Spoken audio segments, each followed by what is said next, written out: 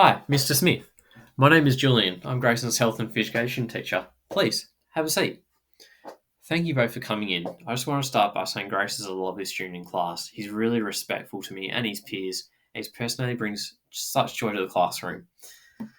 So today I just want to talk to you about the work we've been doing in class, both health and physical education, and how Grayson is going.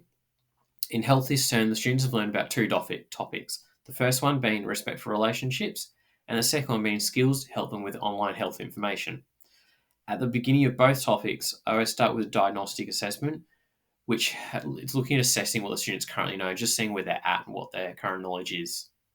I did this through class discussions about the topics where I post questions for them to discuss and answer.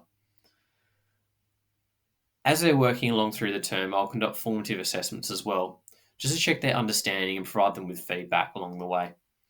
So these assessments that I do include activities such as role plays, research tasks, and Socratic questioning in class.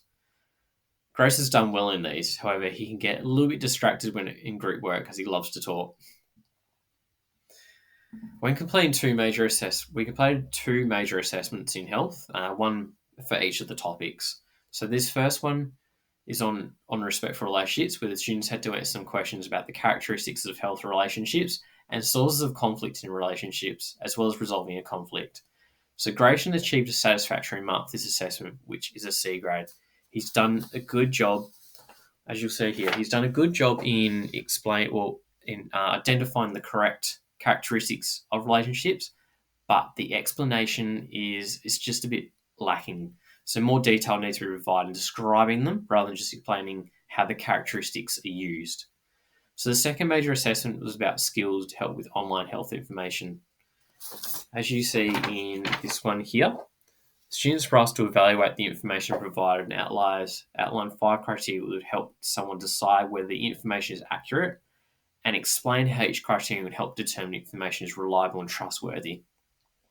Now, this isn't the usual standard of work I would expect from Grayson. Unfortunately, it has received a very limited mark, which is a D grade. So you can see he's provided simple criteria to determine the credibility information, but there's very limited explanation. There was no effort into providing a proper answer, which was really disappointing to see. Moving on to our physical education now. So this subject, as we know, is a strong point for Grayson. This term we've completed 2 sports, going to 2 sports. These are tennis and basketball. Our formative assessment for this, we've been learning the skills of each sport and the students have been demonstrating them through different activities, which Grace has been very good at.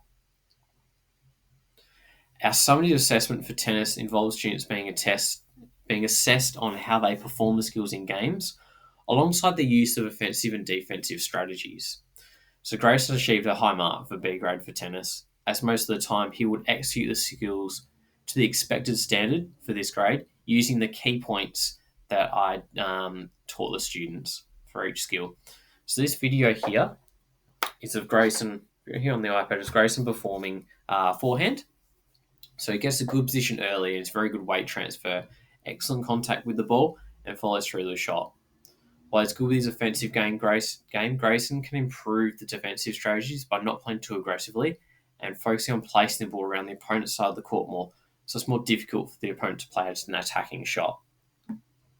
In basketball, the students have been assessed on their offensive defensive strategies and skills as well. So I think it's no surprise that Grayson received an excellent mark of an A grade for basketball, considering his achievements in making the state team this year. So Grayson's skills are executed at a very high standard and he reads the play very well.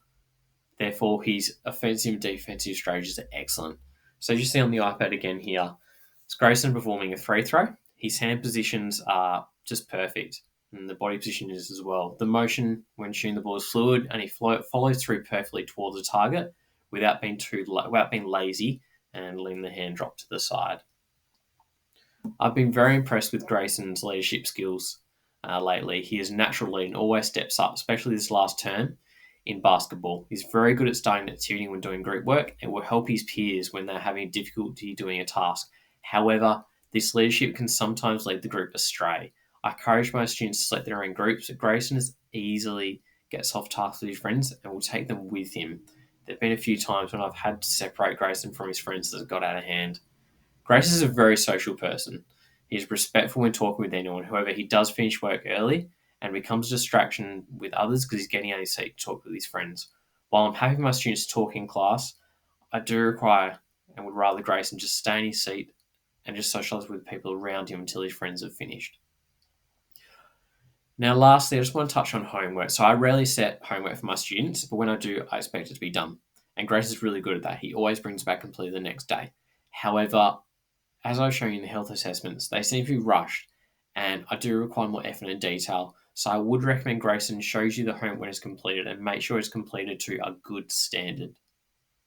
Did you have any questions?